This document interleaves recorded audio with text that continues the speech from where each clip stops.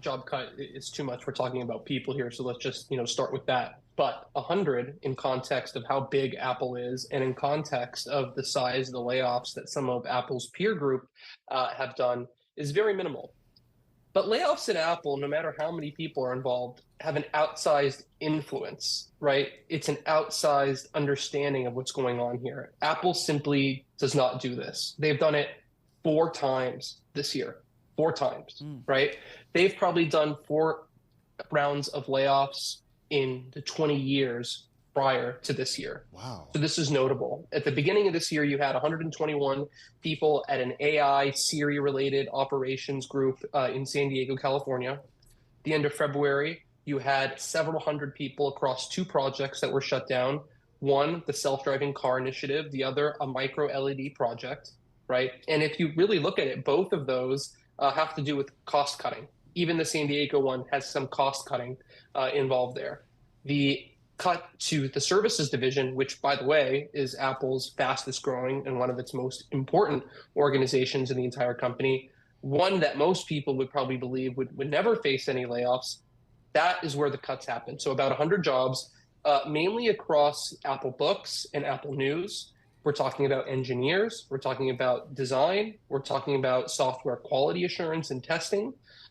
These people worked across many different platforms within Apple services. Some of them probably touched the App Store. Some of them probably touched Apple Music and Apple TV to some extent. So that's 100 resources there. And if it wasn't purely a cost-cutting move, Apple probably could have relocated those people to other teams from the get-go. To be fair, they're getting 60 days notice here. They have 60 days to find another job within Apple. I would venture to guess that far fewer than half of the 100 people will find a new job within Apple in the next 2 months. So most of those people probably will be leaving the company in 60 days from yesterday when this was announced internally.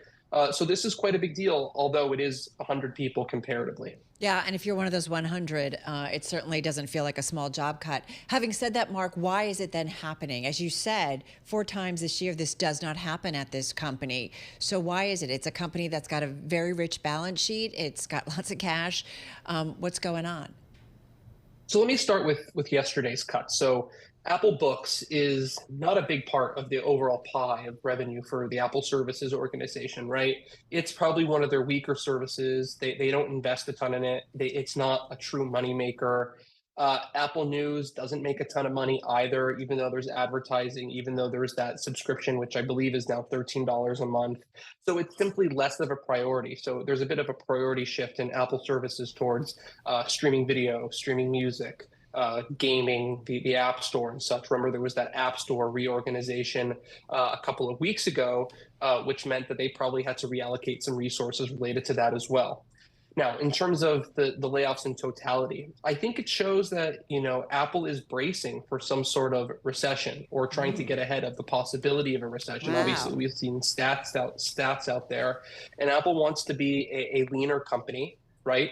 They're not able to spend extra few billion a year at this point, or they don't want to spend an extra few billion a year at this point on bets like the self-driving car, like the micro LED project that they believe there's a strong chance will never come to fruition, right? Apple can continue to spend $1 billion a year on each of those projects, rack up a bill of an extra $10 billion over the next 5 years and get absolutely nowhere. But they decided to save that $10 billion and probably reinvest it into bigger priorities like generative AI. They're working on the tabletop robotics project that I've reported on. They're working on a new iPad that's going to require a lot of R&D. This is a 19-inch iPad that can fold in half.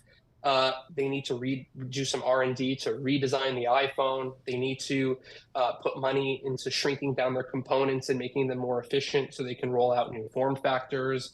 There are some health technologies that they want to roll out. But, the big picture here is AI and probably reinvesting that money into artificial intelligence development.